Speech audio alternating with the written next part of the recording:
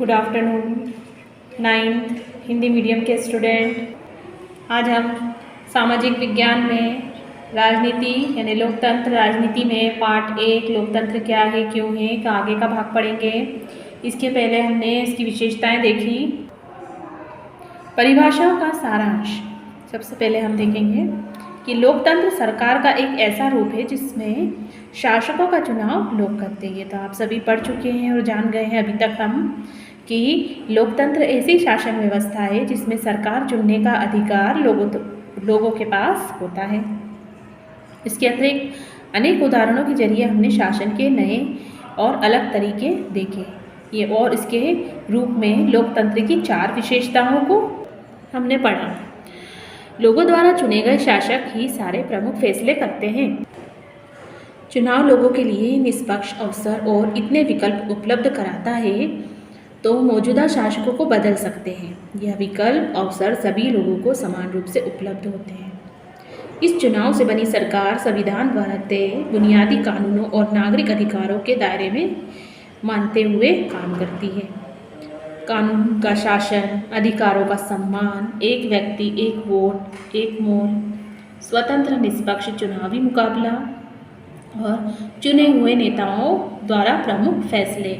तो सबसे पहली विशेषता जो हमने पढ़ी थी वो पढ़ी थी हमने कानून का शासन।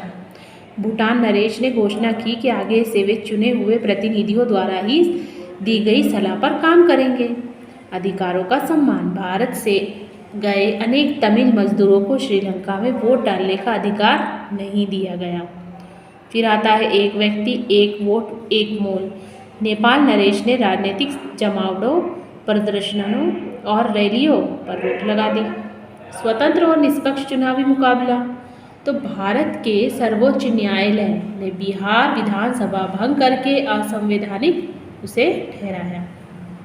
आखिरी जो पॉइंट है वो क्या है कि चुने हुए नेताओं द्वारा प्रमुख फैसले करना। बांग्लादेश की राजनीतिक पार्टियां इस बात पर सहमत हुई कि चुनाव के समय किसी पार्टी की सरकार ना रहे और ये सब लोकतंत्र के कामकाज और उसकी अनुपस्थिति के इन 5 उदाहरणों के द्वारा हमें पता चलता है कि मूल लोकतंत्र की उन प्रासंगिक विशेषताओं है उन पर हम किस तरह से चर्चा कर सकते हैं। अब अभी तक हमने पढ़ा लोकतंत्र क्या है, अब हम पढ़ेंगे लोकतंत्र क्यों है। मैडम लिंग 2 की कक्षा में एक बहस शुरू हुई। जो शुरुआत में हमने पढ़ा था कि किस तरह से छात्राओं ने मैडम से पूछना शुरू किया कि लोकतंत्री शासन सबसे अच्छा स्वरूप क्यों लगता है। इसमें हम अब इसके गुणों की चर्चा करेंगे और इसके अवगुणों की, तर्क और वितर्क। सबसे पहले गुणों पर चर्चा। योलांदा हम क्या कहती है कि हम लोकतांत्रिक देश में रहते हैं। दुनिया भर में सभी जगह लोग लोकतंत्र चाहते हैं। जिन देशों में पहले लोकतांत्रिक शासन प्रणाली नहीं थी वहाँ भी अब इसे अपनाया जा रहा है। सभी महान लोगों ने लोकतंत्र के बारे में अच्छी अच्छी बातें कही हैं। क्या इतने से ही स्पष्ट नहीं होता कि लोकतंत्र क्या है, सबसे अच्छा है। अब इस बहस पर आगे बढ़ने में क्या जरूरत है। तो तांकिनी नाम के छात्रा क्या कहती है, लेकिन लिंगदो मैडम ने तो कहा था कि हमें किसी चीज़ को सिर्फ इसलिए नहीं मान लेना चाहिए कि बाकी सभी ने उसे मान लिया है। किसी एक व्यक्ति को हम बड़ा नहीं कह सकते और ना ही उसे उसकी बात पर हम सहमति दर्शा सकते हैं। ऐसा नहीं हो सकता कि बाकी सभी लोग गलत रास्ते पर जा रहे हों। जेनी ने कहा, हाँ यह गलत रास्ता ही है। लोकतंत्र ने हमारे देश को क्या दे दिया है। आधी सदी से ज़्यादा समय से लोकतंत्र है, तब भी देश में इतनी अधिक गरीबी क्यों है। रिबियान ने क्या कहा, लेकिन लोकतंत्र इसमें क्या कर सकता है। क्या हमारे यहाँ लोकतंत्र के कारण गरीबी है या फिर लोकतंत्र होने के बावजूद भी गरीबी है। लोकतंत्र व्यवस्था यानी जनता की व्यवस्था और जनता द्वारा ही इसमें प्रतिनिधि चुनकर आते हैं, फिर भी ये सारी समस्याएं हमें देखनी पड़ती है। जेनी ने कहा, जो भी है इससे क्या फ़र्क पड़ता है। मुद्दा यह है कि हमें शासन का सर्वश्रेष्ठ रूप नहीं मान सकते। मतलब अराजकता, अस्थिरता, भ्रष्टाचार और दिखावा, ये सब क्या है, लोकतंत्र। तो राजनेता आपस में ही लड़ते रहते हैं और देश की परवाह नहीं करते। पाइमोन ने कहा, तो फिर इसकी जगह कौन सी प्रणाली होना चाहिए। क्या अंग्रेजी हुकूमत वापस लाई जाए। बाहर से किसी राजा को देश पर शासन के लिए बुलाया जाए? रोज़ ने कहा, पता नहीं, पर मुझे लगता है कि देश को एक मजबूत नेता की जरूरत है। एक ऐसा नेता कि जिसे चुनाव की, संसद की परवाह ना हो। एक ही नेता के पास सारे अधिकार हो, देश के हित में जो कुछ जरूरी हो वह सब करने में सक्षम हो। सिर्फ इसी से देश की गरीबी और भ्रष्टाचार खत्म हो सकता है।